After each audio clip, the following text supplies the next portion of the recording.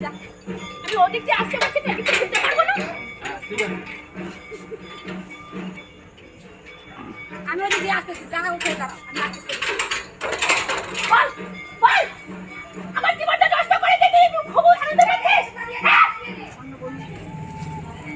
খুব আনন্দ পাচ্ছিস? আমাকে কি অত্যাচার করলো ওর মা? ভাই, আমি কি করছিলাম বলতো? কি করছিলাম? আমার জীবনটা নষ্ট করলি কেন? তুই আমার জীবনটা নষ্ট করলি কেন? আমার জীবনটা নষ্ট করে দিয়েছে। আমি চাঁদাই করছি। ও আগা গোড়া এগুলো সব প্ল্যান করছে। ও আমার মা ও দেখছেন তো, ও এরকম করে আমাকে অত্যাচার করে সব সময়, বাড়িতে এরকম করে মারধর করে কন্টিনিউ। আমি আমার অফিসে ওকে কোয়ার্টারে নিয়ে গেছিলাম, সেখানটা তো ওর বাবা ঢুকে আমাকে মারছে, মারে নিয়ে গেছে, এটা সবাই জানে ওখানকার। পথ চলতি মানুষ শতবাক। স্বামী স্ত্রীর মধ্যে বাগবিতণ্ডা চলতে হঠাৎই স্ত্রী বাড়ি লোহার তৈরি গেট টপকে এসে স্বামীকে মারধর করে এবং কথা বাগবিতণ্ডা চলে। তারই মধ্যে স্বামীর শাশুড়ি নিজের পায়ের জুতো খুলে জামাইকে মারধর। কিছু বুঝে ওঠার আগে প্রচুর মানুষের সমাগম হয় এবং এলাকায় চাঞ্চল্য ছড়ায়।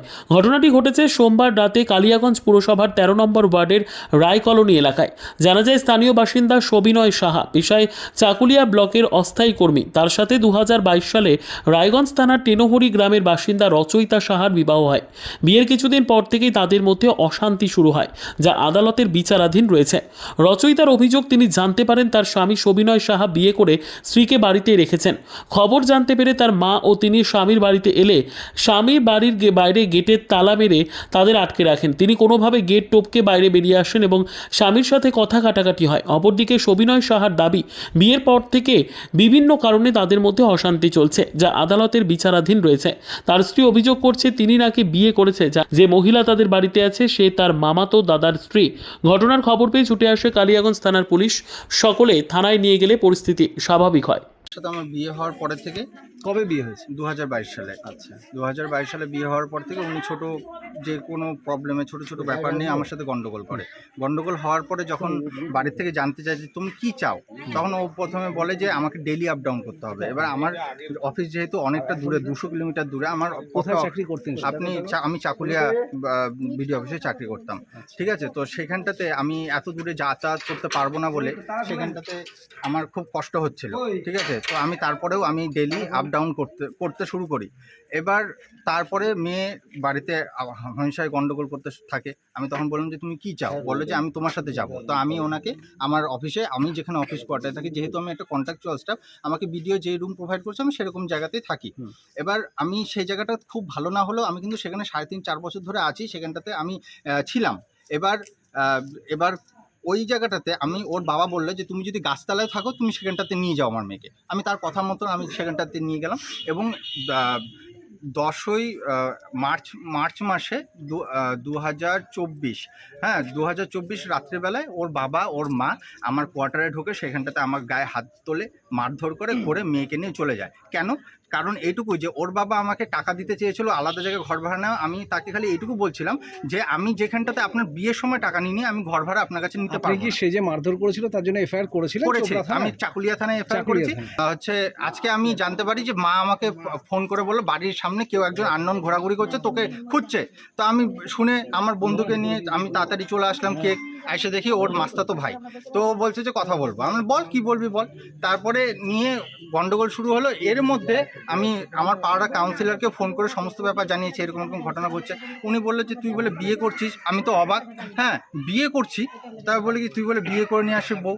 আমার মা কয়েকদিন আগে নিজের ভাইয়ের বাড়িতে ঘুরতে গেছিলো। আমার মামাতো দাদা গোপাল সাহা, তার বিবাহিত স্ত্রী আমার বাড়িতে সে ঘুরতে আসে প্রথমবার, তো সে আমার বাড়িতে আছে।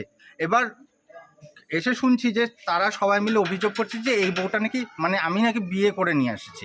আমার সব কিছু এখন 2টা এফআইআর ওদের এগেনস্ট আছে। তারপরে ওরা আমার উপরে মিথ্যা এফআইআর করেছে, আমার উপরে মার্ডারের কেস দিয়েছে। এখন কি চাইছেন? এই যে আপনাকে নির্যাতন করলো, সবার সামনে মারধর করলো, কি চাইছেন? ওর মা আমাকে জুতা দিয়ে মারধর করলো, মেয়ে মারধর করলো, আপনারা সব দেখলেন। কি চাইছেন?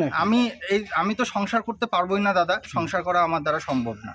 হ্যাঁ, আমি ভীষণভাবে মানসিক এবং শারীরিকভাবে বিপর্যস্ত, আমার দ্বারা এই সমস্ত জিনিস করা আর রাখা সম্ভব। ঠিক। কালিয়াগঞ্জে এসেছেন, আপনার বাড়ি কোথায়? রায়গঞ্জ রায়গঞ্জ কোথায়? মারিকোড়া 10 নম্বর মারিকোড়া টেনরিতে। আচ্ছা, এই বাড়িতে আপনার সঙ্গে আপনার রিলেশনটা কি? এই বাড়ি আমার এদের সঙ্গে আমি এই বাড়ির বউ, যেটা ওরা মানে না এখনো। আপনাকে যেটা বলে সেটা বলছি। আচ্ছা, রিলেশন কি? আমি এই বাড়ির বউ। আচ্ছা, তা আজকে হঠাৎ দেখলাম আপনি বাড়ির সামনে এসে চিৎকার করছেন, কি দাবি দেওয়া করছেন, এগুলো কি বিষয়? আসলে আমি পাড়া থেকে শুনতে পাইছিলাম যে ওর নাকি কোনো একটা মেয়েকে নিয়ে থাকতেছে, সেটাও বৈবাহিক সম্পর্কে, সেই জন্যই আমি আসছিলাম। আমার ভাই কথা বলতে গিয়ে ও পালিয়ে চলে গেছে। তা আপনারা কতদিন থেকে আলাদা থাকছেন দুজনে? আমি কত আমি বছর আগে বিয়ে হয়েছে আপনার? আমার বিয়ে হয়েছে 22-এ, তারপর আমরা 1 বছর ছিলাম। ওরকমও ছিলাম না, যেহেতু ও চাকুলিয়া থাকতো, সপ্তাহে 2 দিনই আসতো। তার মধ্যে ওর মা নানা রকম মিথ্যা কথা বলে ঝগড়া লাগাতো, সেটা তো বলার দরকারই নেই, ওর মা সবসময় ভালো। আপনাকে যেটা বলছি, এটা সাংবাদিকটা কি? আমি শুনেছি ও হচ্ছে দ্বিতীয় বিয়ে করছে আমার কেস চলাকালীন। কেস সেজন্য চলছে হ্যাঁ, আপনাদের? কি হ্যাঁ। কেস চলছে? আমি বধূ নির্যাতনের কেস করেছি, হুম। আমি এমনি সংসার করার জন্য কেস করছি, ডিভি অ্যাক্ট করেছি, আর ভরণ পোষণের কেস করেছি। ভরণ পোষণ, সেটা আর কেস তো চলছে। বর্তমানে যে আপনি তো জানেনই আরেকটা কেস করে। আপনার অভিযোগটা তো কোর্টের আন্ডারে আছে, বিচার চলছে, বিচারাধীন আপনারা সেই জায়গায় দুজনেই। সেই জায়গায় দাঁড়িয়ে আজকে আবার কি করছেন? এখানে এসে উত্তেজিত হলেন, মারধর করলেন দেখলাম। কারণ আমি সমস্ত সহ্য কিছু। করতে পারিনি, আমার বর, আপনার মা সহ্য করতে পারেন জুতো দিয়ে আপনার জামা? কারণ আমার মা আমি অনেক দিন ধরে কষ্ট পাচ্ছি। এমনকি আমি যখন 1 বছর সংসার করার পর ওরা বেকার অজুহাতে আমাকে বাড়ি থেকে বের করে দেয়, তখন তারপরে যে মীমাংসা হওয়ার পর তারপর আমি 4 মাস যখন আসি, ওরা নানাভাবে আমাকে অত্যাচার করছে, খাওয়ার দেয়নি, চারদিকে গেটে তালা লাগিয়ে ওরা চলে যেত, খাওয়ার দিত না। এমনকি ওরা যদি বাড়ি থেকে বেরোতো আমাকে বলতো না পর্যন্ত যে ওরা কোথাও যাচ্ছে, এটাও বলতো না। এমনকি যখন অনেক কিছু গন্ডগোল হলো একদিন, ওর মা আমাকে ধাক্কা দিয়ে পুরো পাড়ার সামনে আমাকে মায়েরে বের করে দিয়েছে। ও শুধু আমার সামনে গিয়ে কি বলছে, কি হয়েছে এটা বলেনি আমার মা। তা আজকে কি চাইছেন আপনারা? আমি এই জন্যই আসলাম দেখতে, কারণ আমি সহ্য করতে পারবো না আমার বড় অন্য কারোর সঙ্গে থাকুক, আর এটা যদি করে থাকে তাহলে আমি আইনিভাবে ব্যবস্থা নিব, সেটাই আমি করেছি। ব্যুরো রিপোর্ট, উত্তর বাংলা সংবাদ।